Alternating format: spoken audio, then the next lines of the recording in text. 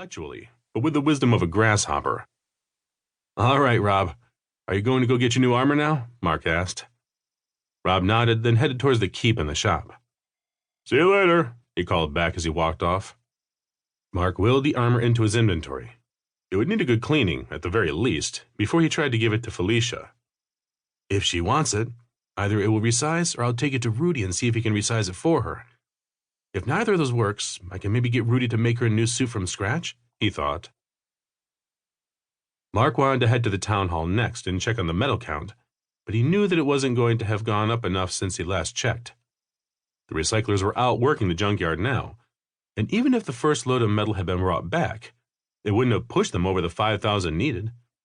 He was expecting that tomorrow at the earliest. Instead, he decided to head down to the smithy. Rudy was already at work, as were his two apprentices, so Marc just made sure Rudy saw him, then stepped over to one side to wait until the smith had time to take a break. When he did, Rudy came over. "You come to have a few more drinks, lad? I've already finished my Everclear, but we could get another bottle if you like." Marc shook his head vehemently. "Oh no, I'm smarter than that," he said. "I wanted to ask you about something else. The Lorica segmentata you make. How should one go about cleaning that? The system cleans a lot of things overnight, but evidently not everything. The leather portions are a bit ripe." "Oh, is that all? Well, it should go in 2 stages. Rudy proceeded to explain the process to Marc, who found himself glad he had access to his leather crafting tools since it was going to need some of them. "Also, Rob told me this was resizing for him. If it doesn't, can you resize it down to fit Felicia?" he asked. "Your healer, lass. Aye, I could do that. You said it was changing size on its own, though." "Yes, we systemized it, and I'm guessing that's why." "Ah, well, if it doesn't resize to her, I suggest you just give me that suit and I'll make a new one for her. Taking that much back off will make it take nearly as long as making a new suit, and I've got a couple of guys that are just about as big as your friend who's wearing it." Marc grimaced. He realized that if they got a new suit for her, it would no longer automatically repair itself when in the safe zone, and they'd need to get it repaired over and over. "We'll see how it goes," Marc said. "Thanks for the cleaning tips, though. I can imagine she'd want to wear armor that smelled like Rob does after he's been fighting." Rudy chuckled and waved Marc away. The smith turned back to his forge with a snarl, one that Marc thought was fake, directed at his apprentices. Resisting the urge to check on the metal again, Marc instead went to the tannery and settled in to start cleaning the armor for Felicia, something which he thought just might actually help increase his actual leatherworking skill, at least while he cleaned the leather portions of the armor. When Marc couldn't take it anymore, he packed away his tools and headed to the town hall. His mother informed him that there had been 2 loads of metal brought in so far today, and that she expected a third, half-filled, load just before dinner.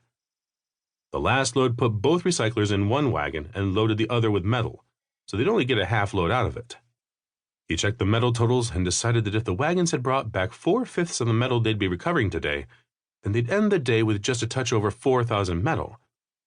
Which means we could upgrade to the industrial tech level tomorrow, he thought, assuming the recyclers haven't cleared the junkyard already.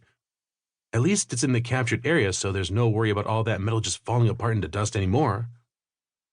With a wave to his mom, who was engrossed in the terminal in her office, Marc headed out. He went over to the alchemy lab next. You could tell that Jeff had been experimenting by the acrid smell hanging in the air as he got close. At least I hope that was Jeff experimenting, and not something going wrong for Felicia, he thought. And they were worried that the tannery was going to stink. The door to the alchemy lab was open, and when he entered, Felicia was still giving Jeff the stink eye. "Mess something up, did you, Jeff?" Marc asked as he entered. Jeff just looked at Marc and frowned. "I don't get it. It should have worked," Jeff said. "Were you working from some sort of plan or recipe?" Marc asked. Jeff shook his head.